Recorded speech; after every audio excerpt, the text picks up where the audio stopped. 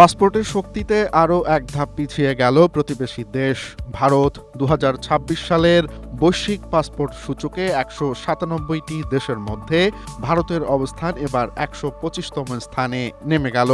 গত বছরের চেয়ে এক ধাপ অবনতি হয়েছে দেশটির। অবাক করার বিষয় হল, তালিকায় ভারতের চেয়ে এগিয়ে আছে নামিবিয়া, ফিলিপাইন, মরক্কো ও উজবেকিস্তানের মতো দেশগুলো। অন্যদিকে এই তালিকায় বাংলাদেশের অবস্থান ১৬৬ আর পাকিস্তান রয়েছে ১৮৮ নম্বরে।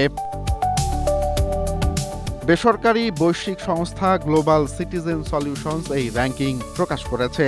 তারা কেবল ভিসা ছাড়া কয় দেশে যাওয়া যায় তা দেখে নয়, বরং একটি পাসপোর্টের শক্তি তারা মাপেন মূলত তিনটি বিষয়ের উপর ভিত্তি করে। প্রথমত বৈশ্বিক চলাচলের সুবিধা, দ্বিতীয়ত দেশের বিনিয়োগের সম্ভাবনা এবং তৃতীয়ত মানুষের জীবনযাত্রার মান।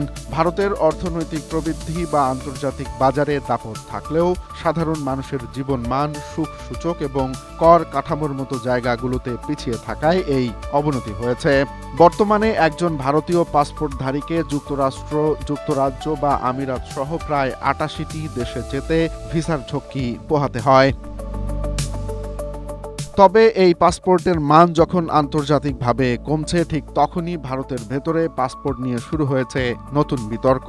দেশটির পররাষ্ট্র মন্ত্রণালয়ের কর্মকর্তারা সম্প্রতি মন্তব্য করেছেন, পাসপোর্ট নাকি কেবলই একটি ভ্রমণ নথি, এটি নাগরিকত্বের চূড়ান্ত প্রমাণ নয়। এই মন্তব্যের পর দেশটির ভেতরে তুমুল সমালোচনা শুরু হয়েছে।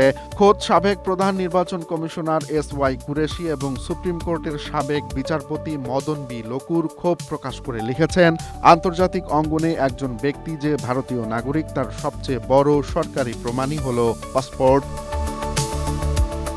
র্যাঙ্কিংয়ে সবার উপরে অর্থাৎ শীর্ষস্থান ধরে রেখেছে সুইডেন। এরপরই আছে সুইজারল্যান্ড ও ফিনল্যান্ড। আর বরাবরের মতোই তালিকার একদম নিচে অর্থাৎ সবার শেষে রয়েছে আফগানিস্তান। দক্ষিণ এশিয়ার পরাশক্তি হওয়ার দৌড়ে ভারত এগিয়ে গেলেও পাসপোর্টের বিশ্ব মঞ্চে এই পিছিয়ে পড়া দেশটির অভ্যন্তরীণ নীতি ও জীবনযাত্রার মান নিয়ে বড়সড় প্রশ্ন তুলে দিল। Romance Talukdar, Asia post.